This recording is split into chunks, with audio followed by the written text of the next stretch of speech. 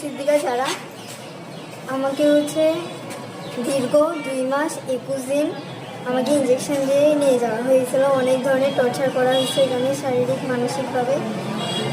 শেষমেশ আমি অত্যাচারে থাকতে না পেরে অনেক কষ্ট করে একটা ফোন জোগাড় করে আমি হচ্ছে আপনাদেরকে জানাই যে আমাকে। আপনার সহপাঠীকে জানাইছেন? জি। আপনার সহপাঠীর নাম কি? শহীদুল ইসলাম।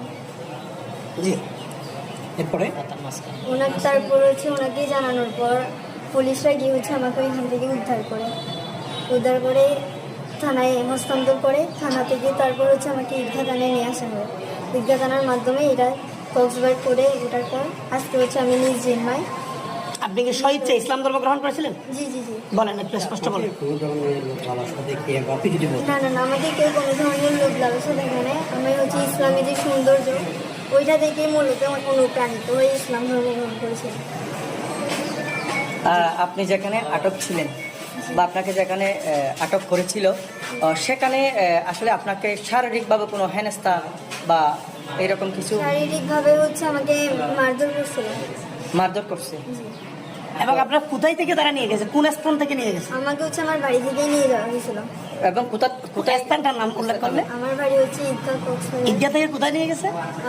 বাঙ্গাল হালিয়া, রাঙ্গামাটি। আপনার কোন ইউনিয়ন, কোন ওয়ার্ডে? ঈদগাহ জালালাবাদ হিন্দুপাড়া 2 নং ওয়ার্ড। আপনাকে কি গাড়িতে করে নেওয়া হয়েছে? আমাকে হচ্ছে নোহাতে করে নিয়ে যাওয়া হয়েছিল। কিভাবে? গাড়ি রিজার্ভ করে রাতে 12টার পর হয়েছে আমাকে নিয়ে যাওয়া হয়েছিল। শেষমেশ আপনার না, আপনি কি হুঁশ অবস্থায় গিয়েছিলেন না? না না না, আমাকে হচ্ছে ইঞ্জেকশন দিয়ে নিয়ে যাওয়া হয়েছিল। জি। কয়দিন পর্যন্ত আপনাকে অচেতন অবস্থায় রাখা হয়েছিল? আমি হচ্ছে 3 দিন অচেতন অবস্থায় ছিলাম। ওখানে বন্দি কতদিন? ওইখানে 2 মাস 21 দিন। আচ্ছা, আপনার বর্তমান নাম কি? আয়েশা সিদ্দিকা যারা। পূর্বের নাম কি ছিল? তন্নিদেরই কোনা।